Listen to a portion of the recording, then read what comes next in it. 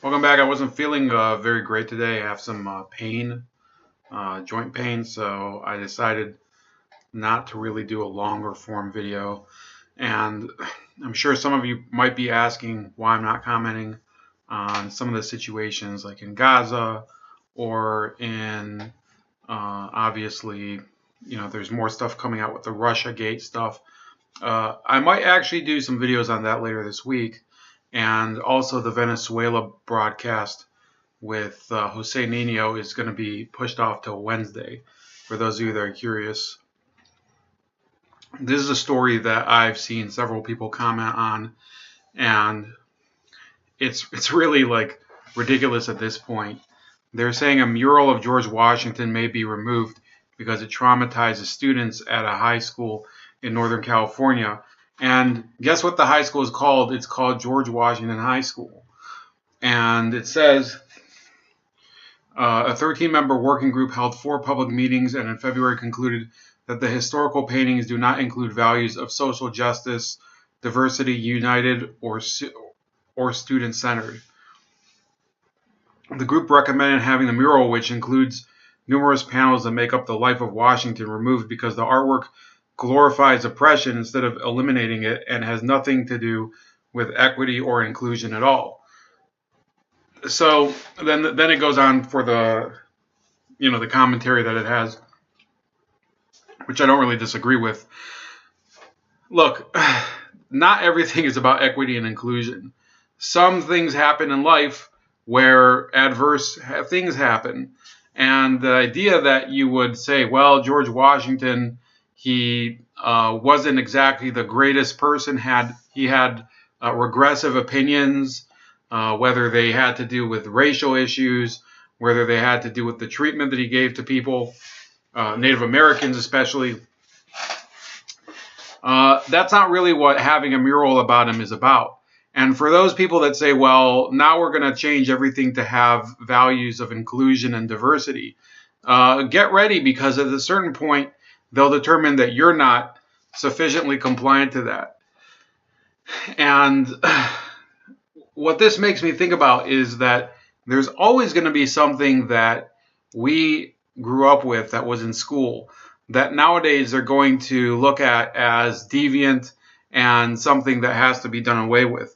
The one I was thinking about earlier was that when we were in gym class, I don't know if any of you remember, we used to have to run suicide sprints where you'd run to the free throw line of the basketball court and back, and then to the half court line, and then to the other free throw line and back, and then all the way to the end of the court and back. That was called a suicide drill. Nowadays, I wonder if you're allowed to call it a suicide drill, given the amount that people spend on the moodiness and depression of teens.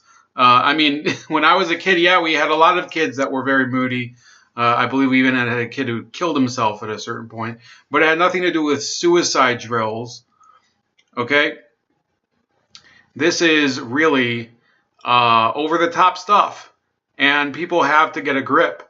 I was reading, I was looking up, just a random figure to see how they relate to him. And I saw Genghis Khan had apparently decided that he would be buried in an unmarked place, so he had his burial handlers murdered. Okay, so he was buried, and then apparently a staff of 30,000 people was tasked with burying him. They were all killed by his army. Then his army was killed by his personal escort. That's what it said. And then his personal escort was killed by somebody else, and then on and on, just so that they couldn't find the gravesite of Genghis Khan, the great Mongol emperor. And I find it, it's remarkable today. Most people don't really associate Genghis Khan with the horrible, disgusting person that he was. He was a warmonger of world class, status.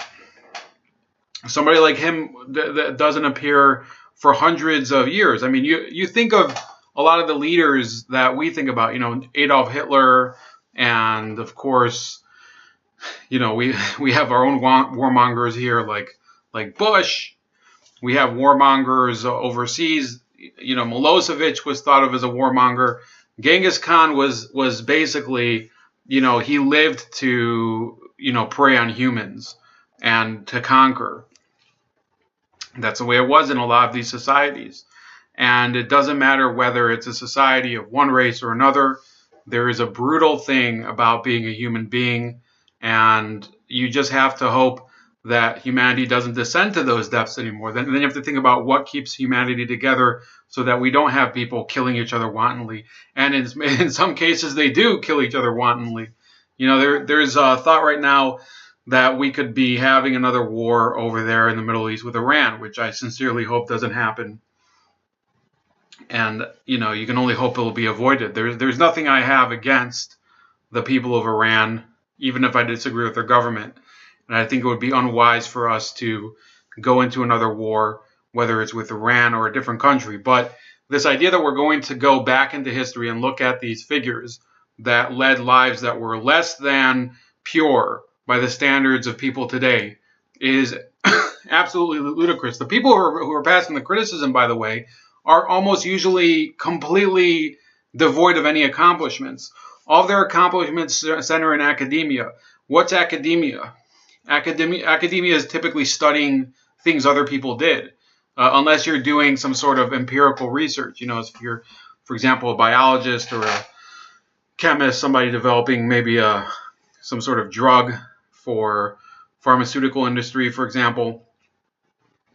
A lot of the people in academia see themselves basically as purifiers of the past. And in reality, all they are doing is polluting the present. So that's about it. Please like, share, and subscribe. Also subscribe to me on BitChute at Chef Leopard and on Minds at Chef Leopard, and then on Gab at Starscream85. And I'll talk to you later. Have a happy Blue Monday. Talk to you later.